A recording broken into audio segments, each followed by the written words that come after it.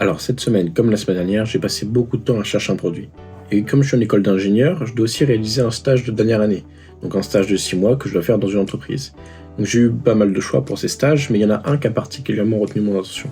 C'est la même entreprise que celle avec laquelle j'ai pu travailler l'année dernière, et je sais que même s'il m'offre un petit peu moins que les autres, je vais pouvoir avoir beaucoup plus de temps libre pour pouvoir me consacrer à mes projets. Et c'est super important, parce que si j'avais pris un stage qui gagnait peut-être un peu plus, si j'avais pas eu assez de temps pour pouvoir me consacrer à tous les projets que j'ai besoin de faire, je pense que ça aurait été vraiment compliqué de pouvoir mener le stage plus les projets.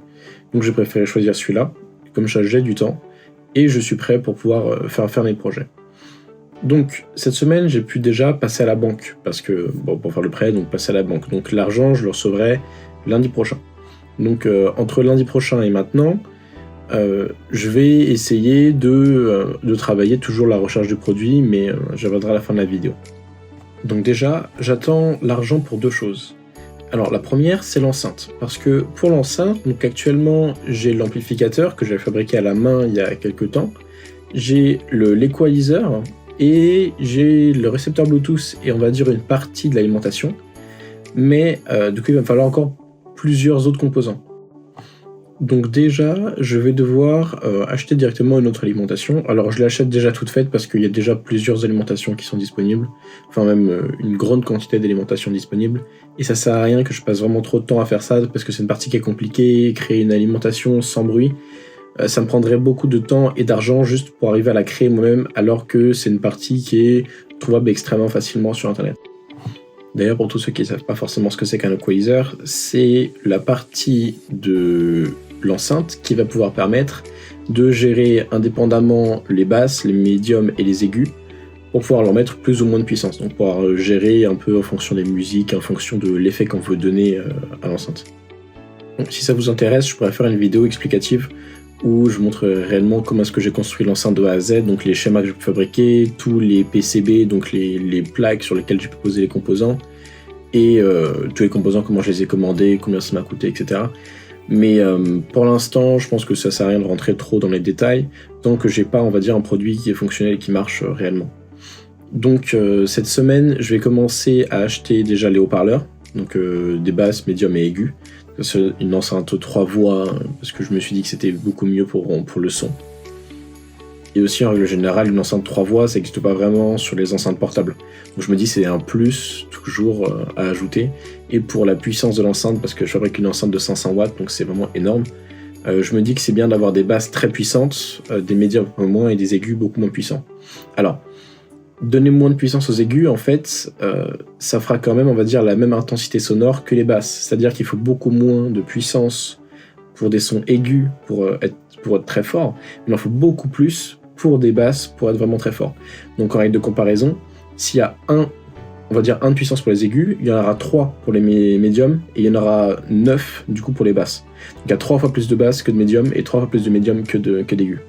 Donc voilà, c'est un peu comme ça que je vais découper le son, quoi. Donc maintenant pour la partie recherche de produits. Donc j'ai acheté donc l'abonnement à Helium 10 qui coûte quand même 80 € par mois parce que j'ai un code de réduction dessus. Mais c'est quand même un abonnement qui va coûter à peu près 100 € par mois, donc c'est déjà une bonne dépense, on va dire, quand je vais devoir choisir les produits. Donc dans Helium 10, je vais rentrer toutes mes catégories, donc j'avais pu en parler, mais les revenus que je veux que le produit fasse, pouvoir faire des recherches par mots-clés, pouvoir faire énormément d'analyse, on va dire, de chaque produit.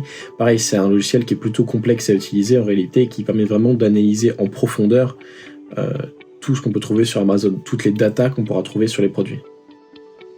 Aussi, quelque chose qui est compliqué à mettre en place, c'est de pouvoir trouver non seulement la catégorie du produit que je vais vouloir vendre, mais une catégorie qui est pas restreinte par Amazon, parce qu'il y a pas mal de catégories sur Amazon qui sont restreintes, dans lesquelles on peut trouver par exemple les produits de santé, ou les produits d'hygiène, les produits pour bébé, les jouets aussi, parce que les jouets on peut pas les vendre dans certaines périodes si on est un nouveau vendeur, comme par exemple Noël c'est impossible, ou les périodes de fin d'année, ou enfin voilà. Du coup, c'est un peu compliqué, il va essayer de falloir trouver une catégorie qui respecte tous les critères, et ça va prendre pas mal de temps, donc je pense quasiment une vingtaine ou une trentaine d'heures pour arriver à trouver le bon produit, voilà. Parce que non seulement il faut trouver le bon produit, il faut aussi trouver un produit qui coûte pas très cher à fabriquer, que le coût de fabrication du produit soit environ 25% du coût total enfin du coût total du produit quand quelqu'un va l'acheter sur Amazon.